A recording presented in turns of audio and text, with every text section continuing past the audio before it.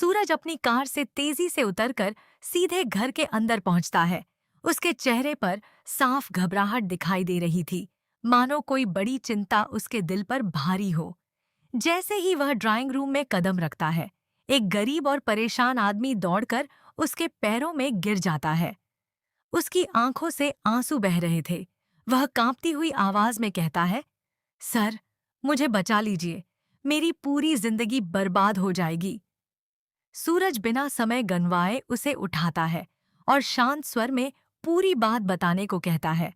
वह व्यक्ति बताता है कि इलाके के कुछ प्रभावशाली बिल्डरों और नेताओं ने उसकी जमीन पर अवैध कब्जा कर लिया है।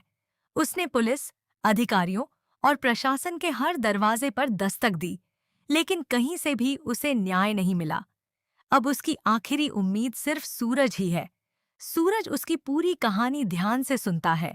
वह कोई लंबा भाषण नहीं देता, बल्कि तुरंत अपना मोबाइल निकालकर एक फोन करता है और केवल इतना कहता है, जिसकी जमीन है उसे आज ही वापस मिलनी चाहिए। इतना कहकर वह फोन काट देता है। वह आदमी हैरानी से सूरज को देखता रहता है। उसे विश्वास ही नहीं होता कि एक छोटी सी कॉल से कुछ बदल सकता है। लेकिन कुछ ही मिनटों बाद उसका फोन बज उठता है। दूसरी तरफ से खबर मिलती है कि जमीन खाली करा दी गई है। सभी असली दस्तावेज वापस कर दिए गए हैं और कब्जा करने वाले लोग खुद माफी मांग रहे हैं।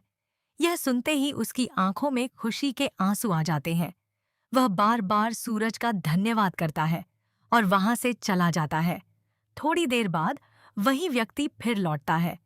इस बार उसके हाथ में पैसों से भरा एक बड़ा सूटकेस होता है। वह मुस्कुराते हुए कहता है, यह दादा भाई के लिए मेरी तरफ से छोटा सा तोहफा है। उन्होंने मेरी जिंदगी बदल दी। कौस्तुभ के बॉस होता। इतना सुनते ही सूरज का चेहरा उतर जाता है। वह तुरंत चारों ओर नजर दौड़ाता है, क्योंकि वह नहीं चाहता कि घर में कोई भी दादा भाई का नाम सुने। तभी पीछे से एक सख्त आवाज गूंजती है। दरवाजे पर ईशा खड़ी होती है। वह सूटकेस रोकते हुए कहती है, यह एक आईएएस और आईपीएस अधिकारी का घर है। यहाँ किसी को पैसे देने की जरूरत नहीं है। अगर आपके साथ अन्याय हुआ है तो कानून आपका साथ देगा। वह आदमी हल्की मुस्कान के साथ जवाब देता है, मैडम, अगर कानून मेरा साथ देता तो मैं यहाँ क्यों आता? जहाँ पूरा सिस्टम हार जाता है, वहाँ दादा भाई इंसाफ दिलाते हैं। ईशा कुछ पल के लिए चुप हो जाती है। उसकी नजर धीरे धीरे सूरज पर टिक जाती है। वह महसूस करती है कि दादा भाई का नाम सुनते ही सूरज हमेशा बेचैन क्यों हो जाता है। वह सीधे पूछ बैठती है, हर बार इस नाम का जिक्र होते ही तुम इतने परेशान क्यों हो जाते हो? सूरज मुस्कुराकर बात टालने की कोशिश करता है, लेकिन उसकी आवाज की घबराहट ईशा से छिप नहीं पाती। तभी बंटी बीच में आकर माहौल संभाल लेता है, लेकिन ईशा के मन में शक का एक नया बीज बो दिया जाता है। अगली सुबह पूरे घर में खुशी का माहौल होता है, क्योंकि ईशा अपनी नई पोस्टिंग ज्वाइन करने वाली होती है। सूरज चाहता है कि उसकी नई शुरुआत शुभ हो, इसलिए वह उसे मंदिर चलने के लिए कहता है। दोनों भगवान का आशीर्वाद लेने पहुंचते हैं। मंदिर में घंटियों की आवाज और भक्तों की भीड़ के बीच ईशा श्रद्धा से पूजा करने लगती है। वहीं सूरज भगवान से सिर्फ एक ही प्रार्थना करता है कि आज किसी भी तरह उसका राज ईशा के सामने न आए। तभी उसकी नजर मंदिर की दीवार पर लगे एक बड़े पोस्टर पर पड़ती है। पोस्टर पर लिखा होता है, गरीबों का मसीहा दादा भाई, और तस्वीर किसी और की नहीं बल्कि खुद सूरज की होती है। यह देखकर उसके होश उड़ जाते हैं। वह तुरंत बंटी को फोन करके आदेश देता है कि मंदिर के बाहर लगे सभी पोस्टर तुरंत हटवा दिए जाएं। कुछ ही देर में बंटी के लोग पोस्टर उतारना शुरू कर देते हैं। लगभग सारे पोस्टर हट जाते हैं, लेकिन मंदिर के मुख्य द्वार पर लगा आखिरी पोस्टर अभी भी वहीं मौजूद रहता है। यही रास्ता ईशा के बाहर आने का भी था। सूरज का दिल तेजी से धड़कने लगता है। वह खुद जाकर पोस्टर हटाना चाहता है, लेकिन ऐसा करने से ईशा का शक और बढ़ सकता था।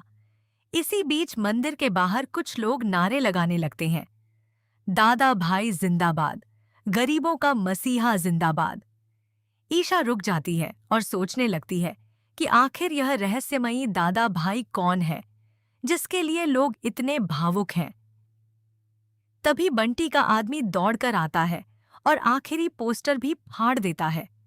सूरज राहत की सांस लेता है, लेकिन उसे पता होता है कि यह सच ज्यादा दिनों तक छिपने वाला नहीं है। शाम होते ही ईशा को पुलिस मुख्यालय बुलाया जाता है।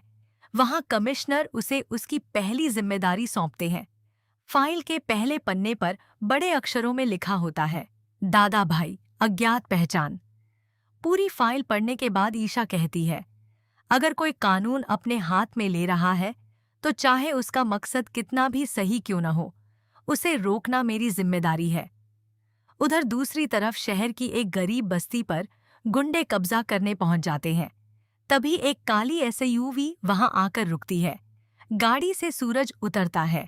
कुछ ही मिनटों में उसके लोग पूरे इलाके को घेर लेते हैं और गुंडों को भागने पर मजबूर कर देते हैं।